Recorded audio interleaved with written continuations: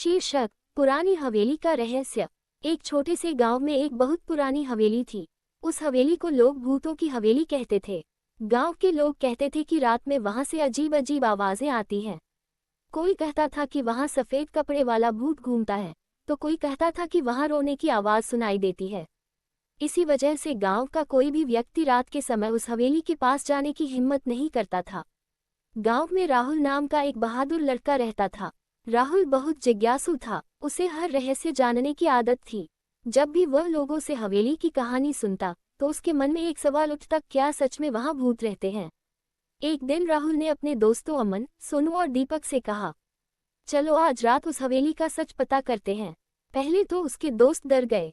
सोनू बोला, नहीं भाई, अगर सच में वहां भूत हुआ तो।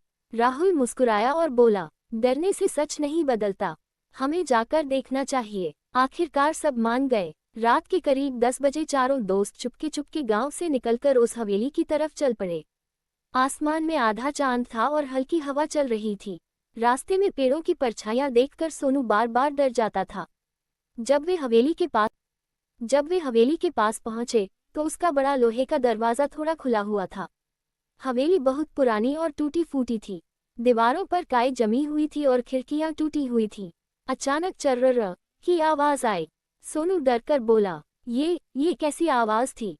राहुल ने टॉर्च जलाकर कहा, शायद हवा से दरवाजा हिल रहा है। वे धीरे धीरे अंदर गए। अंदर बहुत अंधेरा था, चारों तरफ जाले लगे हुए थे। तभी ऊपर की मंजिल से किसी के चलने की आवाज आई, ठक ठक ठक। अब सबके दिल जोर जोर से धड़कने लगे। दीपक धीरे से बोला, मुझे लगता है हमें वापस चलना चाहिए। लेकिन राहुल बोला, नहीं, अब जब आ ही गए हैं तो सच देख